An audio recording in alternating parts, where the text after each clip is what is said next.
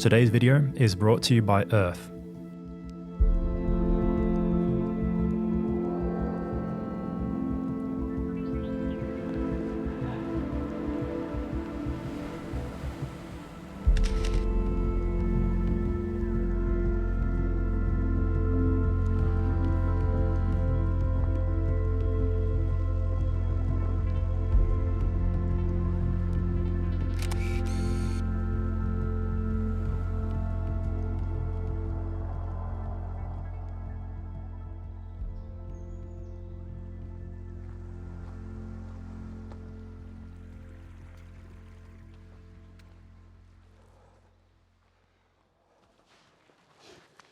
Hey, I'm currently here on the South Island of New Zealand, surrounded by mountains and trees, armed with some film cameras and rolls of film. What could be better, right? And the purpose of this video is to take you through the usage of ND filters, whether it's a variable ND or a graduated ND for softening half of the image. Especially if you're limited by the ISO of the film or the maximum shutter speed, using those ND filters lets you get that extra bit of control on the light and open up your creativity a little bit. Whether you're shooting film or digital, an ND filter allows you to get creative with movement by reducing the amount of light coming into the lens, meaning you can make longer exposures in brighter conditions. In this example, I set the Pentax up on a tripod and framed a scene with both stationary and moving elements. And using the Urth variable ND, I was able to reduce the light to the exact level I wanted, which was about 1/8 of a second, for just that bit of motion blur in the moving subjects.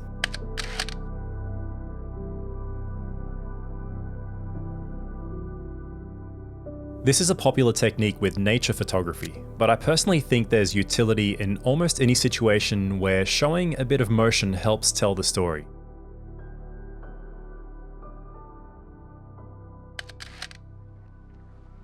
All right, so another great use of ND filters is when you want to be able to get a shallow depth of field. For example, when shooting portraits or any other subject matter where you want that background a little bit blurred out and you can't raise your shutter speed high enough. Therefore, especially with film, it can be quite handy because you can't lower your ISO enough to achieve that. So today I'm out here in the snow, taking a break from the snowboarding for a bit, and I thought I would approach some people wearing cool outfits, ask for their portrait, and be able to use my roll of film without having to have the shutter speed cap out and be able to keep that background a bit blurred and achieve the look I want for portraits. All right, 1, 2, 3. Thank you so much, I appreciate it. Got it.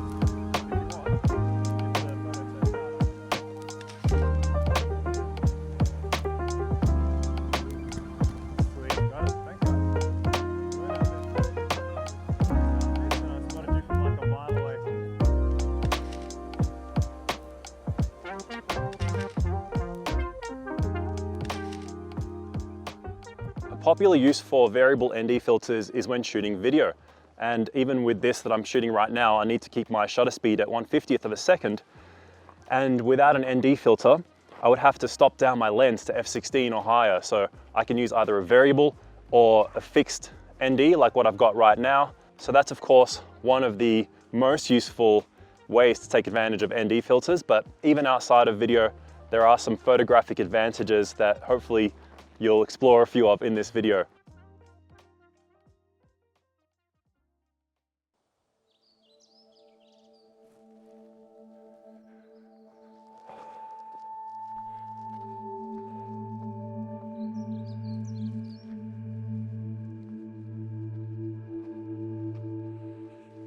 So I woke up early for a hike this morning. The weather wasn't too good and it's still drizzling a little bit, but finally now the clouds are starting to clear up and I'm starting to make out the mountain range behind the fog and clouds.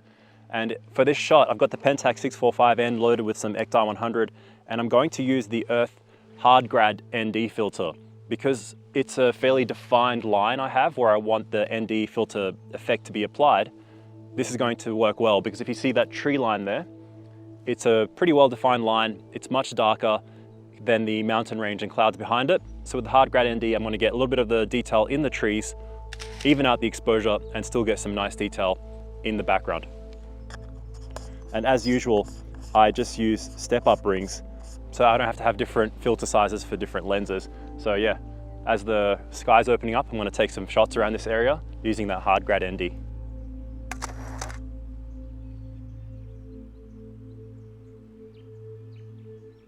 So over here, I would also probably use the Hard Grad and line it up with that tree line, because as you can, even in this video, the sky is a little bit blown out, but if I was to darken the exposure, you would be able to get both detail in the tree line there and in the sky. Otherwise, it's hard to get both. So with that Grad ND, I'm gonna line it up as the mountains just peek through the sky there. That'll make for a nice shot. And here again, you'll see the look of the image with the Grad ND applied and without, which just lacks that shadow and highlight detail, a bit of a moodier, flatter look, which is also fine. And it's all about being intentional. So using ND filters allows you to create the look that you want and have more control over the scene.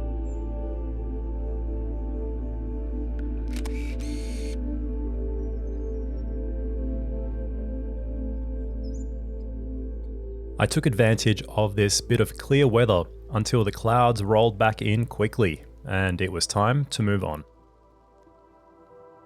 When it comes to using graduated ND filters, you have the option of the hard graduation and the soft graduation. And with scenes like this mountain range where there wasn't a straight or defined transition, I chose to use the soft grad, which is the better choice for situations like this or where you just want a bit more flexibility. So again, it's all about gaining that little bit of control over the light and the resulting images that you have in mind. There are no set rules when it comes to creativity, and experimentation can be a strong driver of both enjoyment and improvement. I love how I was able to retain color and softness in the sky with this shot while keeping the shadows open. Then it was a matter of letting the film work the rest of the magic. Whether it's the mountains of New Zealand or the local park, I find that getting out into nature, analysing the light and scenery with intention, and creating images is always an enriching and therapeutic experience. And to be honest, I don't really feel like I need much but a camera in hand and an open mind. But sometimes a few supplemental tools are nice to have as options depending on the situation. I'm thankful to Urth for providing me with a few of these and making this video happen, and encourage you to check out their range if you're interested. Using conscious design through low impact materials and plastic-free packaging, they also give back through sustainability initiatives like reforestation, so you can supplement your creativity while planting trees with every purchase. Throughout this trip, I also used and tested the Norite modular backpack, and will bring you a separate review on it sometime down the track after further testing. I hope you enjoyed this video, learned something new, or simply got inspired to get out in nature and maybe make some images of your own.